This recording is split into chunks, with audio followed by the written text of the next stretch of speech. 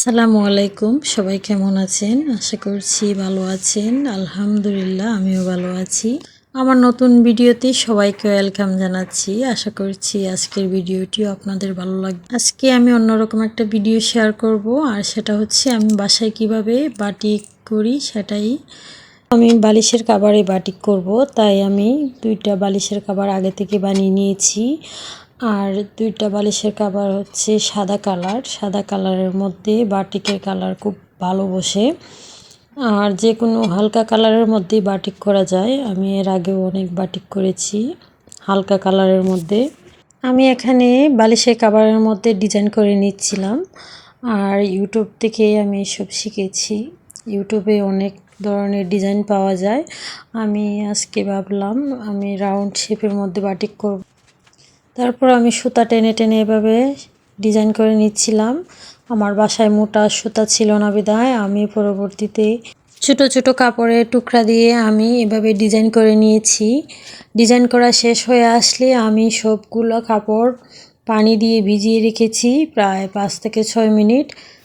আর এদিকে আমি গরম পানি ফুটিয়ে নিয়েছি যতটুকু আমার প্রয়োজন ততটুকু।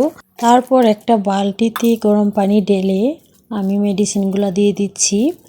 এখানে একটা কালার আর 2টা মেডিসিন, এগুলোর নাম আসলে আমার জানা নেই। তো প্রথম মেডিসিনগুলো দিয়ে তারপর হচ্ছে আমি রং দিয়ে ভালো করে নেড়ে ছেড়ে দিচ্ছি যাতে ভালো করে মিক্সড হয়ে যায়।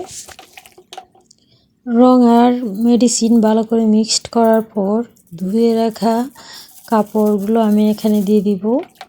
তারপর ভিজিয়ে রাখবো 15 থেকে 20 মিনিট। 20 মিনিট পর আমি এখন ভালো করে এগুলো ধুয়ে নিব। আর এগুলো একটু সময় নিয়ে ধুতে হয়, নয়তো এটার মধ্যে মেডিসিন লেগে থাকে।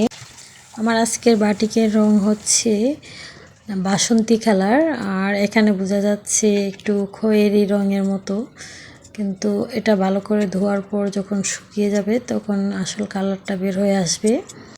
অনেকে অনেক সুন্দর সুন্দর ডিজাইন করতে পারে, আমি মোটামুটি পারি। তো কে কে বাসায় এভাবে বাটিক করেন কমেন্ট করে জানাবেন।